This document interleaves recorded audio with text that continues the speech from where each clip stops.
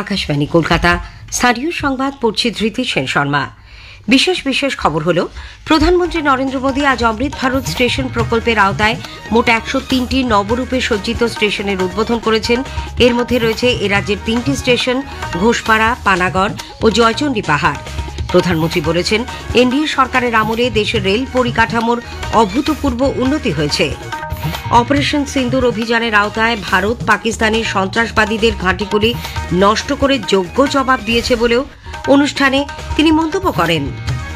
কলকাতার garden reach ship builders and engineers limited ভারতীয় নৌসেনার জন্য 5টি আধুনিক যুদ্ধ জাহাজ নির্মাণের বরাত পেতে চলেছে। সুপ্রিম কোর্টের নির্দেশে চাকরিহারা 600 জন শিক্ষক উচ্চ প্রাথমিকে নিয়োগের সুযোগ দেওয়ার দাবি জানিয়ে হাইকোর্টের দ্বারস্থ হয়েছেন। রাজ্যে অনুকূল বায়ুপ্রবাহ এবং বাতাসে আর্দ্রতার পরিমাণ বেশি থাকায় প্রায় সব জেলাতেই কম বেশি বিক্ষিপ্ত বৃষ্টি হওয়ার সম্ভাবনা। বাংলার পেস বোলার যুধাজিৎ গুহ ভারতের অনূর্ধ্ব-19 ক্রিকেট দলে ইংল্যান্ড সফরে নির্বাচিত হয়েছে। আসছে বিস্তারিত খবরে। প্রধানমন্ত্রী নরেন্দ্র মোদী আজ অমৃত ভারত স্টেশন প্রকল্পের আওতায় মোট 103টি নবরূপে সজ্জিত স্টেশনের উদ্বোধন করেছেন। এর মধ্যে রয়েছে এ রাজ্যের 3টি, নদিয়ার কল্যাণীর ঘোষপাড়া, পশ্চিম বর্ধমানের পানাগড় এবং পুরুলিয়ার জয়চণ্ডী পাহাড় স্টেশন। স্টেশনগুলিতে রয়েছে অত্যাধুনিক নানান সুযোগ সুবিধে, বিশ্রাম কক্ষ, ডরমিটরি, প্রথম ও দ্বিতীয় শ্রেণীর ওয়েটিং রুম প্রভৃতি। আধুনিক পরিকাঠামোর সঙ্গে স্টেশনগুলিতে সাংস্কৃতিক ঐতিহ্য ও যাত্রী স্বাচ্ছন্দ্যের মেলবন্ধন ঘটানো হয়েছে। রাজস্থানের বিকানির থেকে ভিডিও কনফারেন্সের মাধ্যমে এই প্রকল্পের উদ্বোধন করে প্রধানমন্ত্রী বলেন, বিজেপি নেতৃত্বাধীন এনডিএ সরকারের আমলে দেশের রেল পরিকাঠামোর অভূতপূর্ব উন্নতি হয়েছে। জনগণকে নবরূপে সজ্জিত অমৃত স্টেশনগুলির প্রকৃত মালিক হিসেবে অভিহিত করে প্রধানমন্ত্রী তাদের পরিচ্ছন্নতা ও নিরাপত্তা বজায় রাখার আর্জি জানান।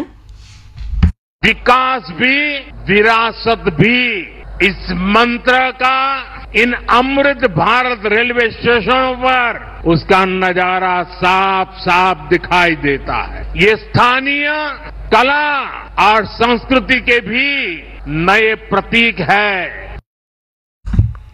এই প্রসঙ্গে অপারেশন সিন্দুরের উল্লেখ করে শ্রী মোদী বলেন, এই অভিযানের আওতায় ভারত পাকিস্তানের সন্ত্রাসবাদীদের ঘাঁটিগুলি নষ্ট করে যোগ্য জবাব দিয়েছে।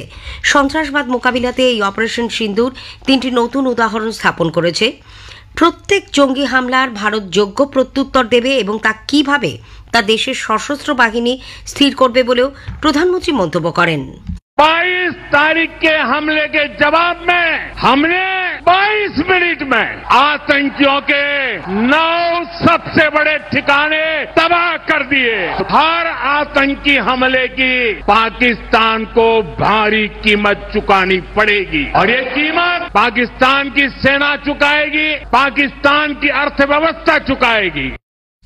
অনুষ্ঠানে রেলমন্ত্রী অশ্বিনী বৈষ্ণব বলেন, প্রধানমন্ত্রী নরেন্দ্র মোদীর নেতৃত্বে ভারতীয় রেলে অভূতপূর্ব পরিবর্তন হয়েছে।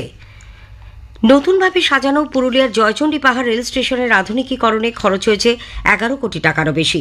আজকের অনুষ্ঠানে সশস্ত্র বাহিনীর জওয়ানদের পরিবারের সদস্যদের বিশেষভাবে সম্মানিত করা হয় দক্ষিণ পূর্ব রেলের আদ্রা ডিভিশনের পক্ষ থেকে। উল্লেখ্য, এই জয়চণ্ডী পাহাড় এলাকায় পরিচালক সত্যজিৎ রায়ের হীরক রাজার দেশে সিনেমার শুটিং হয়েছিল। এদিকে কল্যাণীর ঘোষপাড়া স্টেশনটিকে নতুনভাবে সাজিয়ে তুলতে খরচ হয়েছে প্রায় 4 কোটি টাকা। এর আওতায় 3100 বর্গমিটার জুড়ে ছাউনি, অত্যাধুনিক বিশ্রামাগার, ভিন্নভাবে সক্ষম ব্যক্তিদের জন্য টিকিট কাউন্টার সহ নানান সুযোগ সুবিধে রয়েছে। আজকের অনুষ্ঠানে কেন্দ্রীয় প্রতিমন্ত্রী শান্তনু ঠাকুর, রানাঘাটের সাংসদ জগন্নাথ সরকার, বিধায়ক অম্বিকা রায় প্রমুখ উপস্থিত ছিলেন। শান্তনু ঠাকুর বলেন, ঘোষপাড়ার এই অমৃত ভারত স্টেশন প্রধানমন্ত্রী নরেন্দ্র মোদীর বিকশিত ভারতের চিন্তা ভাবনাকেই সাকার করে তুলেছে। 4 কোটি টাকা খরচ ব্যয়ে এই স্টেশনের পুরো পুনর্নবীকরণ হবে এবং যে ইনফ্রাস্ট্রাকচার গুলো আছে ডেভেলপমেন্টের দরকার সেগুলোতে ডেভেলপমেন্ট হবে। মাননীয় প্রধানমন্ত্রীজির একটা বিকশিত ভারত যে চিন্তা ভাবনা রয়েছে, সেই চিন্তা ভাবনাকে এগিয়ে নিয়ে যাওয়ার একটা যে প্রক্রিয়া, আমি মনে করি যে কল্যাণীতে আমরা এর পরিষ্কার একটা ছাপ দেখতে পেলাম। স্টেশনে অত্যাধুনিক নানান সুবিধে পেয়ে খুশি যাত্রীরাও। প্রধানমন্ত্রীর নেতৃত্বেই দেশের রেল ব্যবস্থার এই আধুনিকীকরণ সম্ভব হয়েছে বলে জানালেন এক যাত্রী। আমাদের রাষ্ট্রনায়ক তথা দেশের প্রধানমন্ত্রী নরেন্দ্র মোদীকে অসংখ্য ধন্যবাদ জানাই। পশ্চিমবঙ্গ তথা কল্যাণী বিধানসভার মধ্যে আজকে অমৃত ভারত স্টেশন আমাদের উপহার দিলেন। আমরা কল্যাণীবাসী অত্যন্ত খুশি এবং গর্বিত, এবং এখানকার যে ব্যবস্থাপনা তাতেও আমরা ভীষণভাবে খুশি, এবং এত সুশৃঙ্খলভাবে এই অনুষ্ঠান সমাপ্ত হলো। আমরা এই জন্য প্রধানমন্ত্রীকে আরেকবার কৃতজ্ঞতা ধন্যবাদ জানাই। পূর্ব রেলের আসানসোল ডিভিশনের পানাগড় স্টেশনেও যাত্রী স্বাচ্ছন্দ্যের কথা মাথায় রেখেই আধুনিকীকরণ করা হয়েছে। যাত্রীদের সুবিধার্থে স্টেশনের দক্ষিণ দিকে নতুন প্রবেশদ্বারের পাশাপাশি দুধারে টিকিট কাউন্টার সহ বিভিন্ন ব্যবস্থা নেওয়া হয়েছে। মহিলাদের নিরাপত্তা ও সুরক্ষায় স্টেশনে গৃহীত ব্যবস্থা নিয়ে সন্তোষ প্রকাশ করলেন এক যাত্রী। স্টেশনটা প্রচন্ড পরিমাণে উন্নতির দিকে আমরা দেখছি। এই অত্যন্ত গরমে পানীয় জলের আমাদের যে ব্যবস্থা হয়েছে, এছাড়া টিকিট কাউন্টার নতুন খুলেছে, মেয়েদের যে সুরক্ষার কথা মাথায় রেখে এত যে পুলিশ এখানে মোতায়েন করা হয়েছে, তার জন্য আমি অসংখ্য ধন্যবাদ প্রকাশ করি। এই কম সময়ের মধ্যে এত উন্নতি হওয়ার কারণে প্রচন্ড পরিমাণে আমাদের সুবিধে হয়েছে। Kolkata Garden reach ship builders and engineers Limited GRSC ভারতের নৌসেনার জন্য 5টি আধুনিক যুদ্ধজাহাজ নির্মাণের বরাত পেতে চলেছে। 25,000 কোটি টাকার এই প্রকল্পে 5টি পরবর্তী প্রজন্মের করভেট নির্মাণে সর্বনিম্ন করদাতা হিসেবে সংস্থা এই বরাত পেতে চলেছে বলে জানা গেছে। নতুন প্রজন্মের করভেটগুলি হবে সেকেন্ড স্ট্রাইক সক্ষম, anti missile defence, surface action গ্রুপে ম্যারিটাইম স্ট্রাইক এবং অ্যান্টি সাবমেরিন ওয়ারফেয়ার সহ একাধিক ভূমিকার জন্য উপযুক্ত। এগুলিতে থাকবে পরিবেশ বান্ধব ডিজাইন ও এনার্জি এফিশিয়েন্ট প্রযুক্তি। কেন্দ্রীয় শরৎ মন্ত্রকের অধীন রাষ্ট্রীয় রক্ষা বিশ্ববিদ্যালয় 2025-26 শিক্ষাবর্ষে একাধিক জাতীয় নিরাপত্তা বিষয়ক পাঠ্যক্রম চালু করছে। কলকাতায় আজ এক সাংবাদিক বৈঠকে বিশ্ববিদ্যালয়ের অরুণাচল প্রদেশের পার্সিঘাট ক্যাম্পাসের ডিরেক্টর ইনচার্জ অবিনাশ খাড়েল জানিয়েছেন, সাইবার সিকিউরিটি, ফরেনসিক সায়েন্স, কৃত্রিম বুদ্ধিমত্তা সহ বিভিন্ন বিষয়ে ছাত্রছাত্রীরা স্নাতক, স্নাতকোত্তর, ডিপ্লোমা, পিজি ডিপ্লোমা ও পিএইচডি করতে পারবেন। এর উদ্দেশ্য হল দক্ষ পেশাদারদের গড়ে তোলা, যারা বর্তমান ও ভবিষ্যতে জাতীয় নিরাপত্তায় যে কোনো বিঘ্ন মোকাবিলায় পারদর্শী হবে।